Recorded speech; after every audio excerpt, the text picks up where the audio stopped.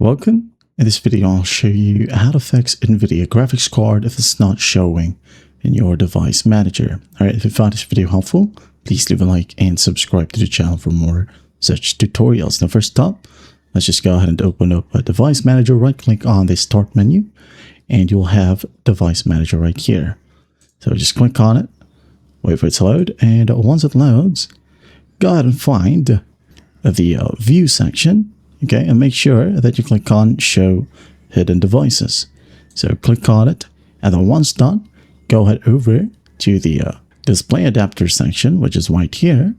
Click on the drop down, and as you can see, mine is already in here. So what you'll do, if it shows up in here listed, but it's grayed out, well, just right click on it and make sure that it is set to enabled. Okay, you'll have an option here to enable it. So just go ahead and click on it, and once done, you should be good to go. Now, if that still won't work, if it still doesn't show up in here, well, don't worry. Just go ahead over to your search bar and type in check for updates. All right, and here we have the system setting. Click on it to open it up, and then once done, wait for it to check for updates. If it doesn't automatically check for updates, just click on this button right here. Okay. Now, if there is an available update, just go ahead and install it.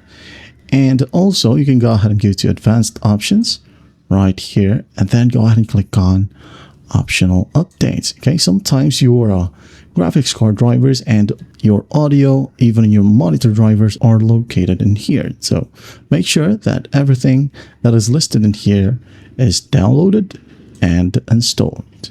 Okay. So once everything is installed, it will ask you to restart your computer. So just go ahead and restart your computer. And after that, your NVIDIA driver, okay, should now be available right here under your device manager. All right. Well, I hope this video helps, and I'll see you in the next one.